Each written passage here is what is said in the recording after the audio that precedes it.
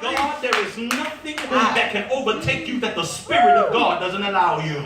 Look down your row and say, I'm a fighter. And if you won't win victory over me, you better be really, really strong. If you won't win victory over me, you better be stronger than my ambition. Is there anybody out there that just got a little bit of ambition? Ambition to be greater than what I am now. Ambition to be stronger than where I am now. Ambition to live better than how I live now. There has to be better than this for me. So now, beloved, listen, fear, it is of the enemy. God has not given us the spirit of fear. Somebody just shout, fear be gone. God has not given us the spirit of fear, but God has given us the spirit of love. He has given us the spirit of power, and he has given us a sound mind. Somebody just lay a hand on your head and say, I got a sound mind. You see, because sometimes when you are really called by God, the mind is the first thing to go. It's the first thing to make you feel like my mind is playing tricks on me. My mind is fighting against me. All of a sudden I'm trying to sleep, and then here comes something waking me up. I got voices in the night. Anybody out there can testify to that? Amen. When you are really called and God wants you, he ain't gonna let you go. Old folks used to say it like this: God will trouble you in your sleep. And to the point where you have no other choice but to cry out, what is it that you want from me? It is in the place when we began to cry out, what is it that you want from me, that we began to experience an unnatural and uninhibited favor of God.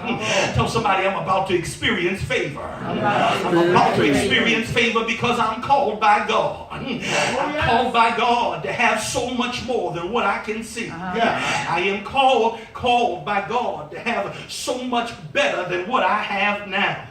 So if we talk about fear, let's get back to fear. Good God, I'm trying to get done. God, it's not giving us that spirit of fear, but when we begin to fear the call to something new, we begin to fear the commission to something great, we become lost in sin. Somebody shout sin. Sin. What is sin? Sin is the thing that doesn't please God, or the thing that turns God's, or supposedly, traditionally turns the heart or the ear of God away from us. But beloved of God, how is your worrying sin? Ask me that. How is worrying sin? Come on, ask me for real now. I'm glad you asked me. Thank you for asking me. Worrying is sin. I wonder if actually perhaps God can be who God has said he is. I wonder if perhaps God can be really calling me. I wonder if, didn't I tell you got to watch that P word?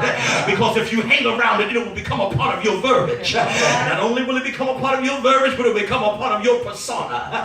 And everything you do will exude a question into God. It will make you question as to whether or not God is real. The sin of disbelief. Disbelief in the fact that God would actually choose me. Disbelief in the fact that God has actually called me. Disbelief in the fact that God will actually use me. Is there anybody out there that just thought that they did too much stuff to be used by God? Thought that they've been too many places to be used by God?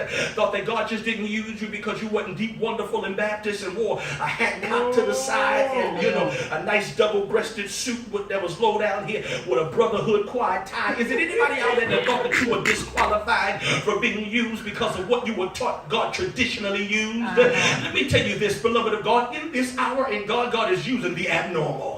God is using the above average. He's taking the ordinary people and anointing them to do extraordinary things. So look down your row and tell somebody you're called to do extraordinary things. You're called to do extraordinary things. Yeah. So that's why you can't be afraid.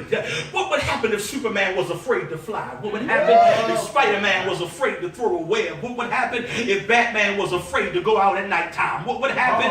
What would happen? But oh Lord, Bishop is Batman. Why did I mention that? Lord, he gonna be Batman on the Facebook this evening. Lord, get Batman out of here, Jesus. What would happen if those great superheroes were afraid or controlled by fear? The reason that we cannot allow fear in is because fear, when it comes to control. It comes to share space with you. It comes to take over your existence. It comes to take over your mind. It comes to take over your drive. It comes to murder and suffocate your ambition and cause you to wonder if not only whether or not if God is real, but whether or not you can actually do it. Whether or not you're actually worth it.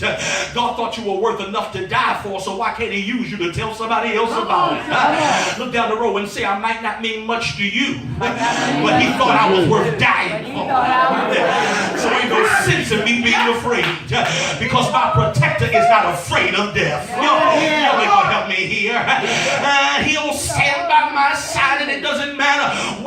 being around me. He's not one of the kind of people that will throw me overboard.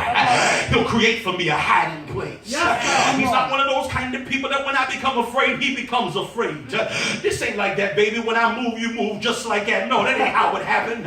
Because I'm afraid. What would happen if my God was afraid? Tell somebody, shout somebody out real loud, say, God is fearless. God is fearless. So you gotta be too. You gotta be too. Somebody asked me, well, how is fear sin?